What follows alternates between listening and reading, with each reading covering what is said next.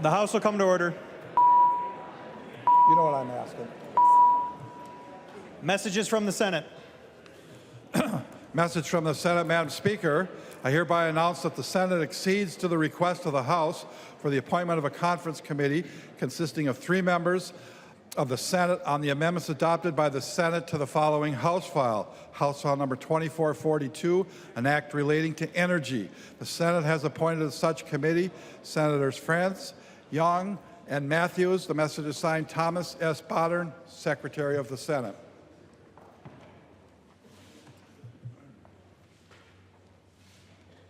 I have to get my own calendar for the day. Calendar for the day. The next bill on the calendar for the day is Senate File 3446. The clerk will report the bill. Senate File number 3446, number 1 on the calendar for the day, an act relating to claims against the state, the first engrossment. I recognize the author of the bill, the member from Blue Earth, Representative Frederick. Thank you, Mr. Speaker. This is the annual claims bill. This year, well, let me back up. The claims process for the Joint Subcommittee on Claims is a process for people to file claims against the state that we don't have the normal tort process for. So what we see in the Claims Commission is typically people who, it might be an exoneration claim where someone was wrongfully convicted, as we do in the bill today. There's one person. Or we might see property claims or an injury claim, someone who's in a vocational program, in a correctional setting, or maybe on a work release program that they get injured on the job there, and then they would file a claim if they got hurt. So today's bill, we have one exoneration claim totaling $65,000 for a person that was found innocent for the time that they had served or for the crime that they were accused of, and then there was also one injury claim for $6,500. Sorry, the exoneration claim was $65,000, and then the personal injury claim was $6,500. So that is the basics of the bill. Thank you. There are no amendments at the desk. The Chief Clerk will give the bill its third reading. Third reading, Senate File number 3446. Third reading. Discussion of the bill.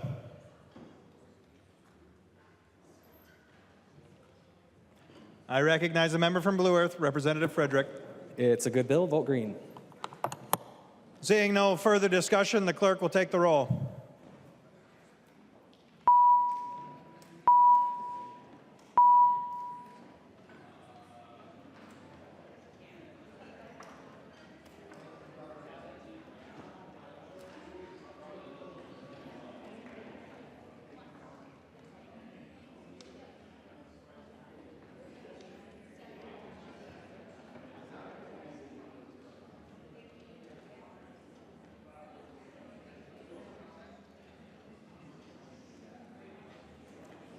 Members, please vote.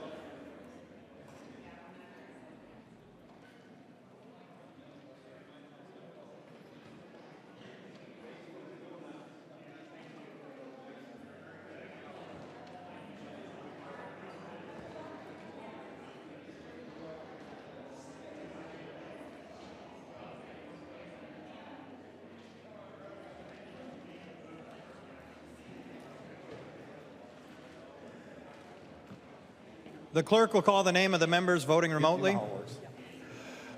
Wolgamott. Wolgamott votes aye. Wolgamott votes aye.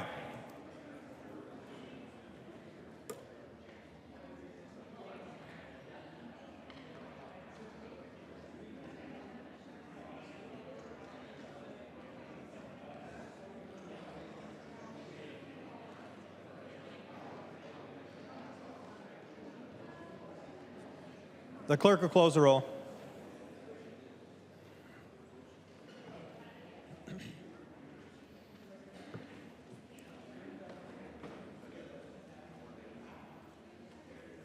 There being 133 yeas and 0 nays, the bill is passed and its title agreed to. Motions and resolutions. There are copies of the non-controversial motions at the House desk and online. If there is no objection, we'll take the action on these motions first. Hearing no objection, the motions prevail. Motions and resolutions. Pursuant to Article 4, Section 19 of the Constitution of the State of Minnesota, IGO moves that the rule therein be suspended and an urgency be declared, and that the rules of the House be so far suspended so that House File number 3023 be given its third reading and be placed upon its final passage. I recognize the member from Itasca, Representative Igo. Thank you, Mr. Speaker. That is my motion. We are just a few short days away from the end of the legislative session here. And the issue in front of us, House File 3023, is the unemployment extension for the laid-off miners in northern Minnesota. As we are approaching the end here, it's imperative that we get this bill done and passed off this chamber so we can make sure that this is done along with the rest of our budgetary duties down here at the Capitol. This bill has moved through 2 committees with a unanimous vote and has been sitting in the Rules Committee now for quite some time. I see this as being a very bipartisan way for all of us in this chamber to stand up and support the over 640 men and women who are laid off in northern Minnesota and give them peace of mind as we go into legislative break and into the summer, that they have the lifeline needed to hold on and wait for these mines to come back up and their livelihoods to return. So members, that is my roll call. I hope we can have support on this, and with that, I would like to request a roll call on this. Seeing 15 hands, there will be a roll call. Representative Igo. Thank you, Mr. Speaker. Vote green. I recognize the member from St. Louis, Representative Zalesnikar. Thank you, Mr. Speaker, and members, thank you for bringing this bill up today. And this is a critical lifeline for the miners up in northern Minnesota. And I urge you all to vote yes for northern Minnesota, and thank you.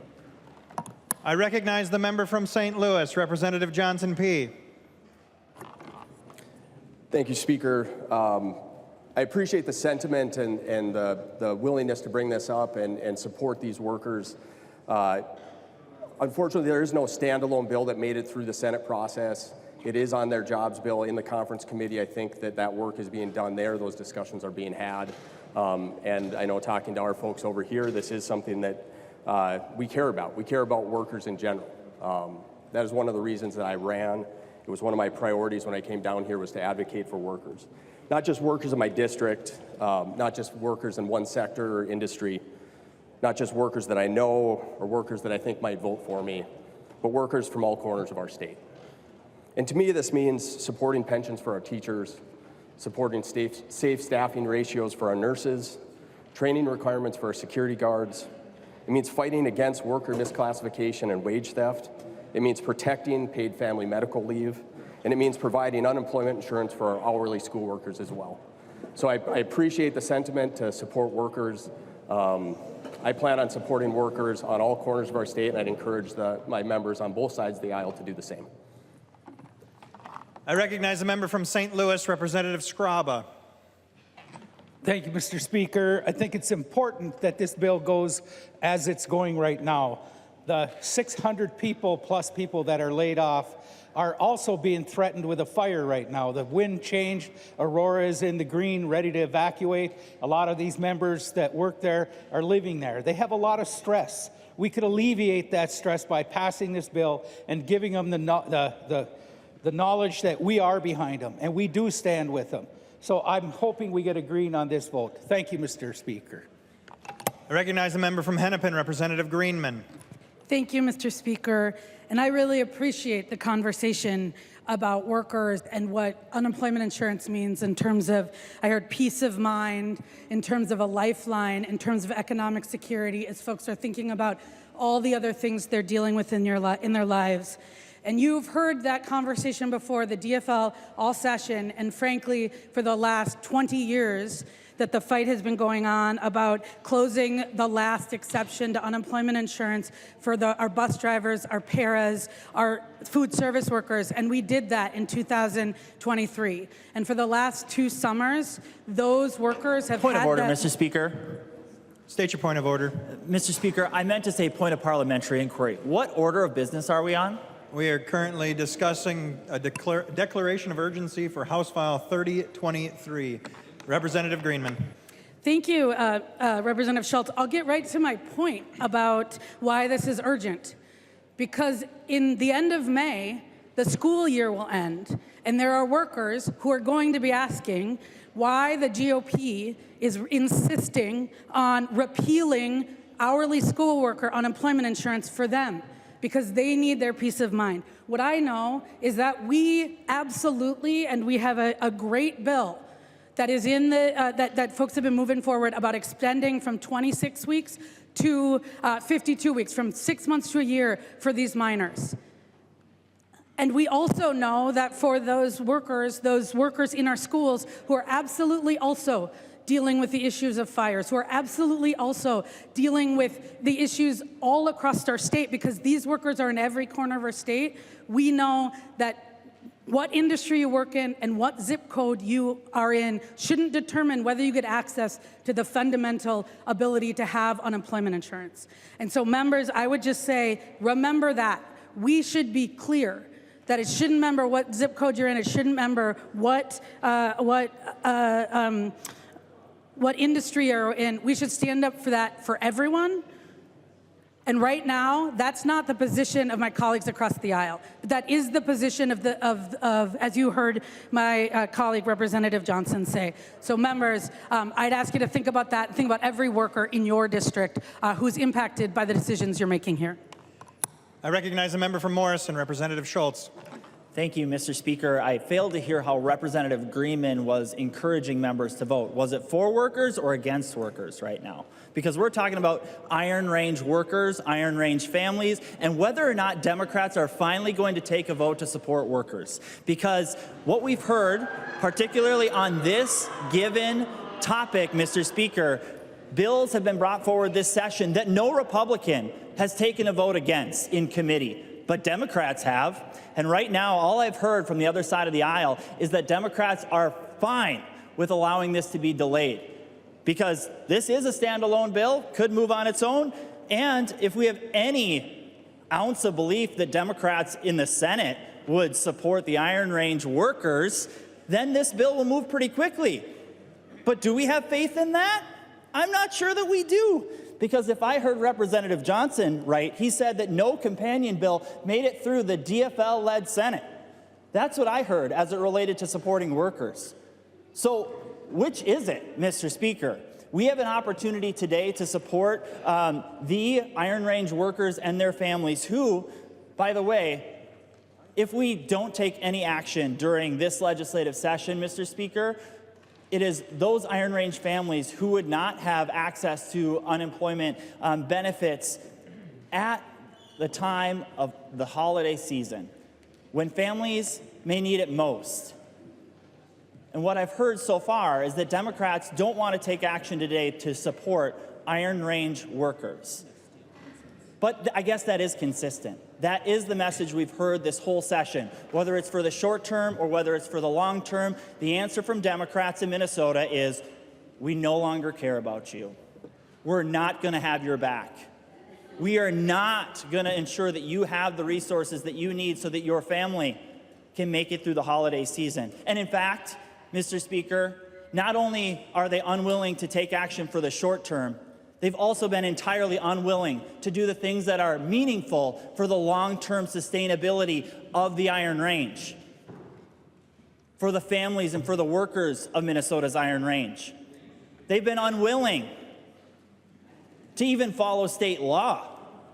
If you look at the state agencies who have failed to act on some of the standards that previous legislatures have put into law. And now there are Iron Range families and workers that are out of work. And we need to meet this moment. We need to meet this moment by declaring this urgency on this bill to move it forward, to support Iron Range workers. And if you heard Representative Igo, he said it's 640 people, 640 workers, 640 families who could be without a way of getting paid during the holiday season. We only have a few more days left of this, Mr. Speaker. And so now is our time to support workers. And I look forward to our Republican colleagues joining with Democrats across the aisle in supporting workers today. There's one answer: vote green. I recognize the member from Carver, Representative Nash. Thank you, Mr. Speaker. You know, I have said on the floor a number of times, words mean things. Let's think about what the word urgency means. Urgency means we need to act quickly. We need to act quickly because these families are watching us. 640 people are employed. 640 families are watching us. 640 families are asking for you to follow through on the bill that you drafted. 640 families are asking you to recognize that the word urgency means to act quickly. Now, the fact that something is in an omnibus bill should not give you any guarantee of anything happening, because here's what the 640 families are also looking at. They don't want to be used as a bargaining chip. They don't want to say, well, it didn't make it because somewhere along the way in the omnibus bill process in conference, it got pulled out because somebody objected to it. You can act today on a standalone bill and show the people, the 640 families, that you recognize that this is indeed an urgency and that it's not going to be left up to the vicissitudes of the conference committee process. Because if you've ever been in one of those rooms and you've seen how things go, sometimes you can walk in with two provisions that are identical in the same Senate and House bill, and somehow they get negotiated out. We cannot let that happen with this language that your side drafted and your side passed and got strong votes out of each committee stop that it made along the way. They don't want to be treated as if they are a negotiations tool. They want you to recognize that unlike some people who will be not necessarily working over the summer, they won't be working at all if this doesn't get taken care of by the end of the year. This is a true urgency. And I don't know how to explain it if you don't put up a green vote to say, yes, we got to deal with this. I don't know how you say to the people in northern Minnesota who live their lives at crazy. If you ever want to figure out what a miner does, spend some time with Representative Warwas and ask him what it's like to get up at some ungodly hour of the morning, because he's posted pictures to Facebook and I've seen, and it's dark out when he's driving to work and it's dark out when he's driving home. These are amazing people that have built our state and our country, and they're asking for us to recognize that this is indeed urgent. And it happens to be something that you can put up a vote for. And I see you all looking at your phones and you're tuning out because you've been told to vote no. But I would encourage you to find some courage and put up a yes vote. Thank you, Mr. Speaker. I recognize the member from St. Louis, Representative Warwas. Thank you, Mr. Speaker, and thank you for those kind words, Representative Nash. Yeah, I am one of those miners that wakes up at the crazy hours, and I used to work all shifts. I used to work 21 days swing. When I first got hired in mining over 29 years ago, I was a vacation fill-in, and I worked at least 3 out of every 4 weekends a month. But it's our way of life up there, and right now that way of life is threatened, and I've got a lot of steelworker brothers and sisters that are depending on a yes vote from this body. And I just want to give a little shout out to Pete Johnson right now. Representative Johnson, I want to thank you for the belt and suspenders tactic that you employed, because you didn't see our initial jobs bill passing muster and getting done before the end of session. And now here we are at the end of session, and your bill, unlike our bill, full credit to you, has passed committee unanimously. And where do we have that in committees here? Very little. Everything's either passing committee or it's dying in committee or it's getting laid over. And as a freshman, I'm learning these things as we go, and we're seeing these omnibus bills. What I hear from my constituents, everyone, is that they're tired of these omnibus bills. Why can't we just have single subject bills, one thing on each bill that we're passing one at a time? And of course, that would take an extremely long time. But this is a standalone bill. This is a standalone bill that's got 100% support coming out of that committee, out of Jobs, Labor Committee, I think it was. I'm not on the committee, I apologize. And so when I ran for office, people would ask, like the trades would ask me, are you going to be in favor of a bonding bill? And I know not all Republicans are, and that's okay. Our districts are all different. Well, I said, of course I am. The bonding is critical in my region. But one of the reasons it's critical is because our opportunities for jobs are waning. We need critical infrastructure projects where I live to support those good-paying union jobs. And some of the good-paying union jobs I'm talking about as well are those steelworker jobs. We have the benefit of being in a tie right now. A lot of people have talked about this, and people have asked me, are you going to work in a bipartisan way when you get down there? Because obviously some people saw me as, well, he's a pretty partisan guy, you know, he's a Republican, this and that. Are you going to work in a bipartisan way when you get to St. Paul? What am I going to say? Well, no. I'm just going to stick it to the Democrats. I'm here to work together to get something done for the state of Minnesota and for my people, my 640 steelworker brothers and sisters that need a green vote from you just so that we can take up the measure just to pass the bill. I feel like I've made some friends over on that side of the aisle. I'm pleading with you today. I think there's 4 or 5 of you. If you would vote with us to please take up this measure so we can pass this bipartisan bill that's already been vetted and keep it out of the omnibus process, because things may start to get ugly. We could all laugh at that, I think. Please support my steelworker family today and vote green. Thank you. I recognize a member from Crow Wing, Representative Davis. Thank you, Mr. Speaker. I, too, want to protect these workers. Mining and steel production is the backbone of the Iron Range. Directly and indirectly, the industry supports thousands of jobs on the range. I think it is for every steel worker we have, it produces another, on average, 1.8 jobs up in that community. These layoffs devastate the Iron Range. It devastates the local economy. It reduces consumer spending. It hurts job creators. See, I want to stand and fight for these miners on the floor today, but it also hurts so many more people up there. And we have an opportunity right now on this House floor. And Representative Johnson, I mean, I'm excited to have you join us in this. Protecting these workers. They don't have a job to go back to in September.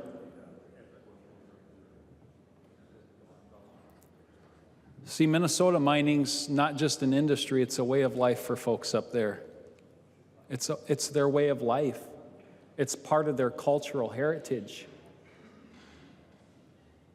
And we have an opportunity to protect it by simply putting up a green vote. This should not be controversial.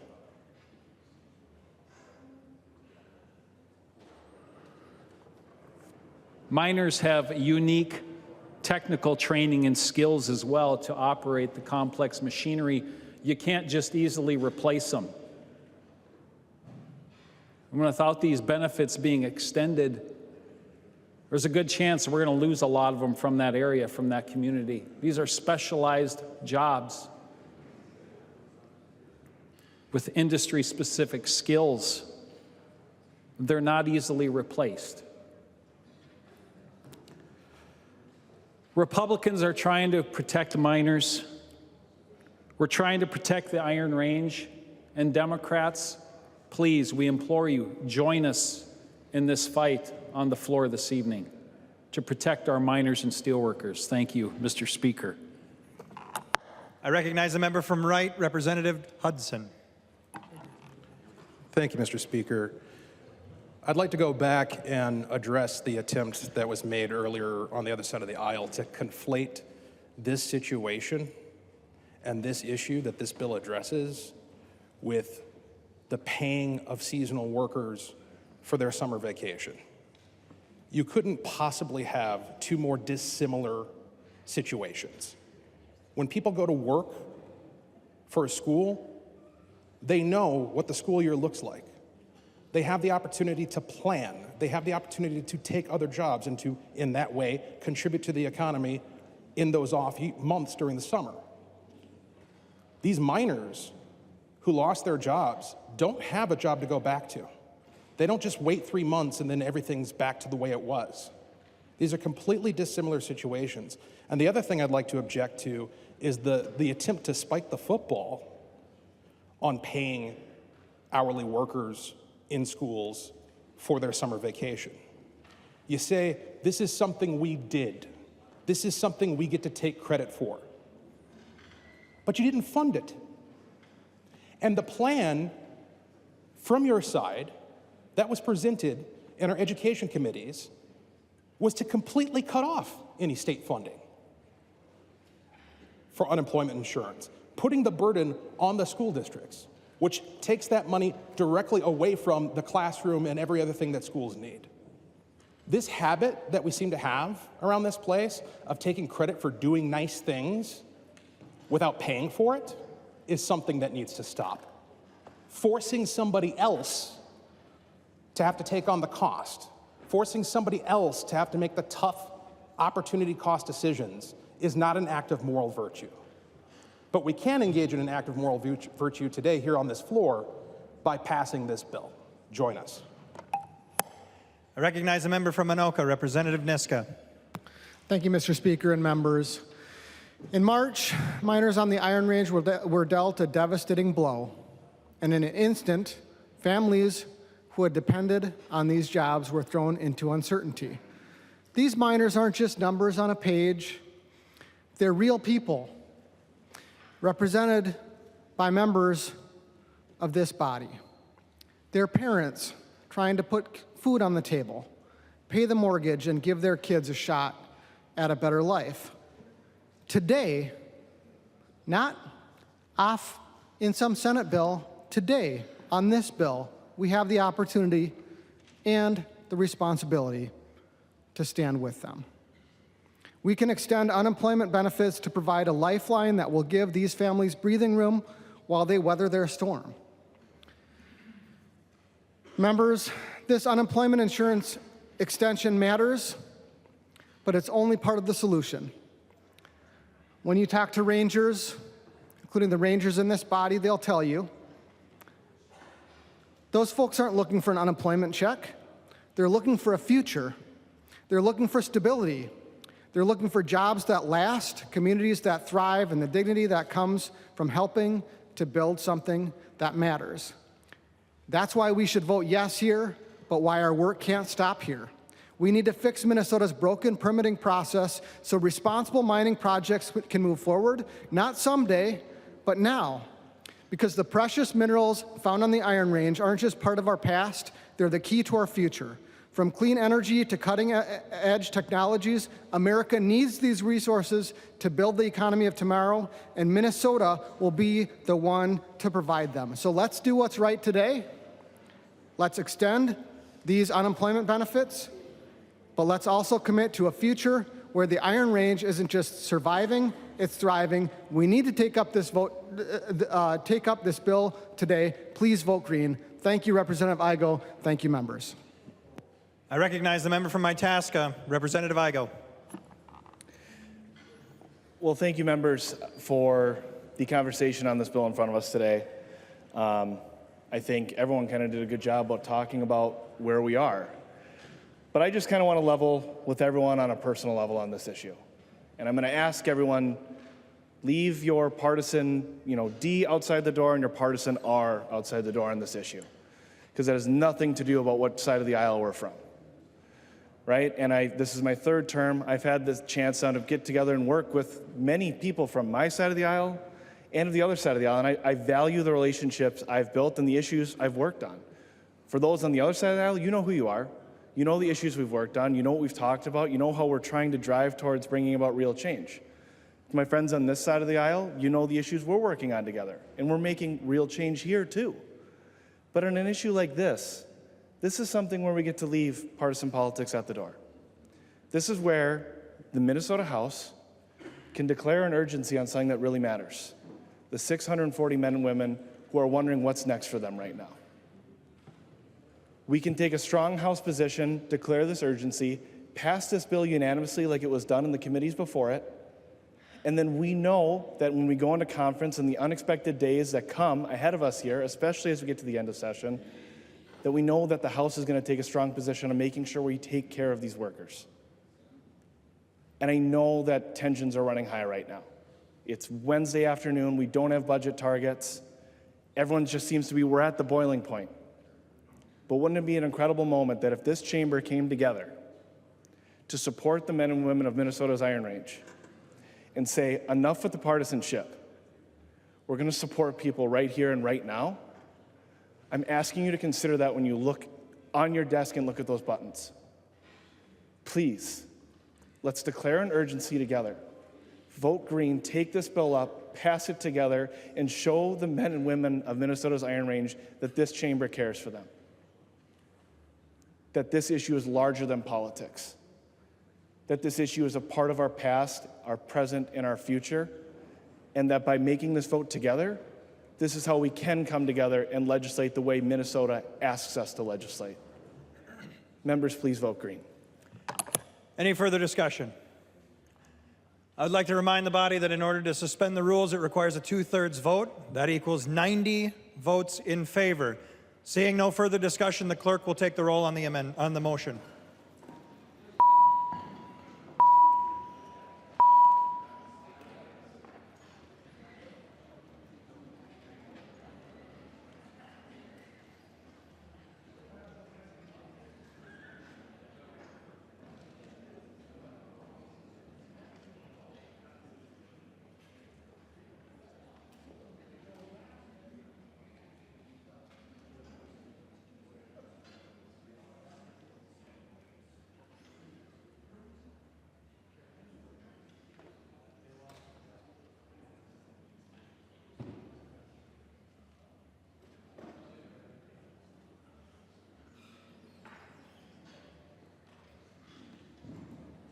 Members, please vote.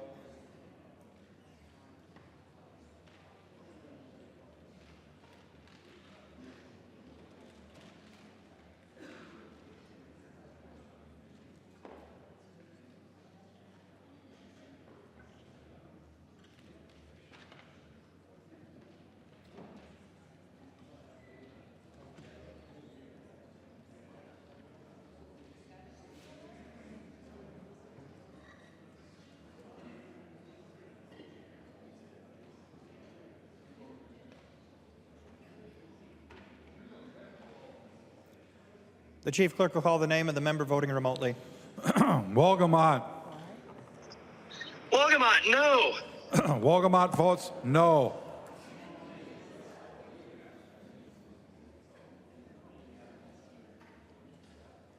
The clerk will close the roll.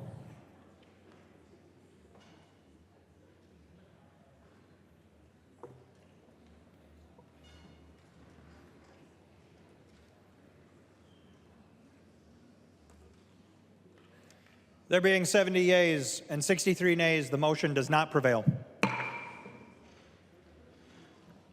Announcements. I recognize the member from Anoka, Representative Niska. Thank you, Mr. Speaker. I move a recess to the call of the Speaker.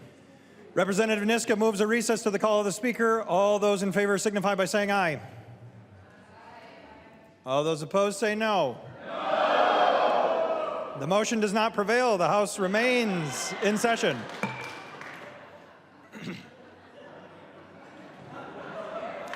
Any further announcements? Division, Mr. Speaker. Division has been called.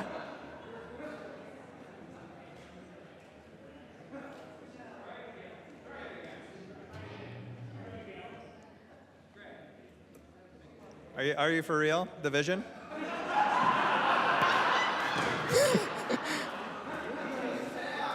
I recognize the member from Hennepin, Representative Long. Mr. Speaker, I move a recess to the call of the Speaker. Representative Long moves a recess to the call of the Speaker. All Mr. those in Speaker, favor, I request a roll please call. All those in favor signify by saying aye. Any opposed say nay. The motion prevails. The House stands in recess.